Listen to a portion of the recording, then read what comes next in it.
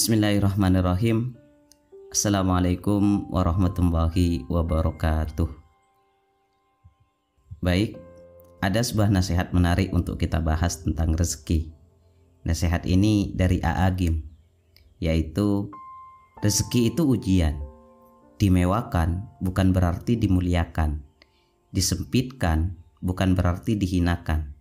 Dua kunci yang meluluskan kita adalah syukur dan sabar. Oke, kita bahas per kalimat. Yang pertama, rezeki itu ujian. Kalau kita amati, rezeki itu bagaikan gelombang lautan yang kadang membawa kita ke puncak kejayaan, kadang juga merudukkan kita di dasar kepayahan.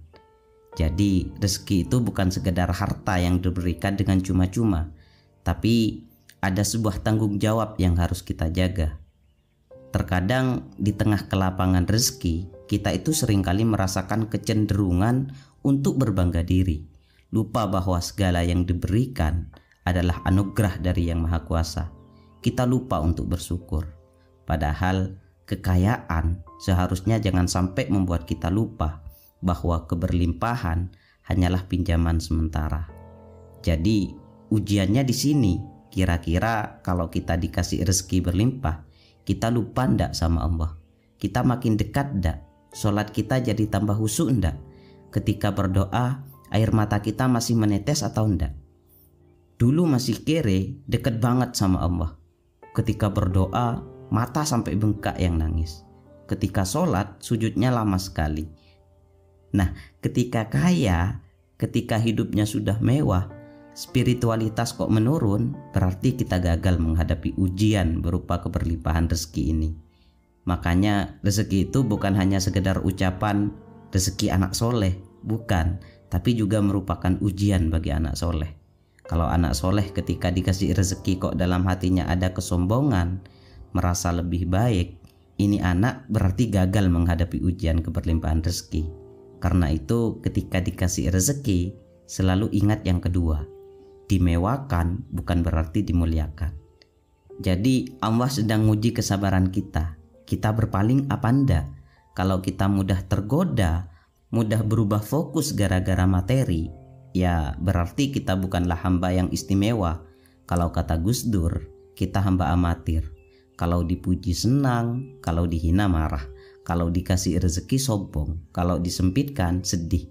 Jadi sekali lagi, dimewakan bukan berarti dimuliakan. Oke, sebenarnya kemewahan, kekayaan, atau kedudukan sosial ini bukanlah indikator mutlak dari keberhasilan atau kebermaknaan hidup. Dimewakan di sini mengacu pada segala hal yang tampak besar dan penting dalam pandangan manusia, tapi belum tentu di mata Tuhan. Jadi mewah secara materi tidak selalu mencerminkan kemuliaan sejati kalau sama Tuhan makin jauh. Kalau makin sombong, apalagi makin pelit. Nah, kalau sudah pelit, ini kan sudah tidak sejalan lagi sama Tuhan yang Maha Pengasih dan Penyayang. Jadi, orang yang dimewakan dalam hal rezeki, itu belum tentu dimuliakan oleh Tuhan. Oke, terus yang ketiga, disempitkan bukan berarti dihinakan. Ya, kesulitan finansial atau keterbatasan rezeki seringkali disalahartikan sebagai kegagalan atau hukuman. Tapi dalam perspektif yang lebih luas, disempitkan adalah ujian yang menuntut kesabaran, keteguhan hati, dan keberanian untuk tetap bersyukur dalam keadaan sulit. Jadi rezeki yang sempit bukanlah stigma atau penghinaan, melainkan bagian dari perjalanan hidup yang mengajarkan banyak pelajaran berharga. Jadi kalau kita sedang diuji dengan kesempitan rezeki, itu bukan berarti kehinaan dan bukan berarti dihinakan oleh Tuhan. Tidak, tapi kita dilatih oleh Tuhan untuk meneguhkan keyakinan bahwa setiap detik kehidupan adalah ujian yang mesti dihadapi dengan penuh kesabaran dan kepasrahan. Cuma gini, kalau kita ndak ada usaha, kalau kita cuma rebahan, terus pengen kaya tapi ndak kaya-kaya, itu ya bukan ujian, tapi kita sendiri yang mempersulit hidup. Kita menghinakan diri kita sendiri dengan cara tidak ngapa-ngapain. Tapi kalau kita sudah berusaha, sudah banting tulang, sudah nangis-nangis sama Tuhan, sholat duha ndak putus-putus, tahajud juga begitu, tapi kok ia tetap miskin, itu baru ujian. tapi bukan berarti kita sedang dihinakan. Allah ngerti mana yang terbaik buat kita. Hidup miskin atau kaya, Allah yang lebih paham segalanya tentang kita. Atau Allah sudah ngerti kalau kita dibuat kaya, itu pasti lalai. Pasti Allah akan dinomorssekiankan.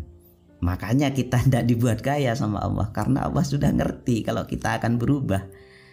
Oke, selanjutnya yaitu ada sebuah solusi dari akhir nasihat ini, yaitu syukur dan sabar sebagai kunci. Syukur adalah sikap mengakui dan menghargai segala nikmat yang diberikan oleh Tuhan, baik itu dalam keberlimpahan maupun keterbatasan. Hal ini mengajarkan kesadaran akan kebaikan yang ada di sekitar kita. Sabar di sisi lain adalah sikap menjaga ketenangan dan ketabahan hati dalam menghadapi segala ujian. Kedua sikap ini membantu mempertahankan keseimbangan emosional dan spiritual seseorang dalam menghadapi dinamika kehidupan. Jadi syukur dan sabar adalah dua kunci yang membuka pintu-pintu kemuliaan. Dengan bersyukur, kita mengakui nikmat-nikmat yang diberikan oleh Tuhan. Dengan kesabaran, kita menempuh setiap rintangan sebagai bagian dari perjalanan hidup yang tak terelakkan. Maka dalam setiap langkah hidup, mari selalu memegang erat kunci syukur dan sabar. Karena dengan keduanya kita dapat melalui ujian rezeki dengan hati yang tenang dan jiwa yang lapang. Oke, kesimpulan saya dari nasihat ini adalah kita diajak untuk tetap rendah hati dalam keberlimpahan, tetap tegar dalam keterbatasan, serta tetap bersyukur dan sabar dalam setiap keadaan. Ini merupakan pondasi penting untuk menghadapi berbagai tantangan hidup dengan sikap yang positif dan penuh keteguhan hati. Oke, dari saya sekian, kurang lebihnya mohon maaf. Salam nasihat.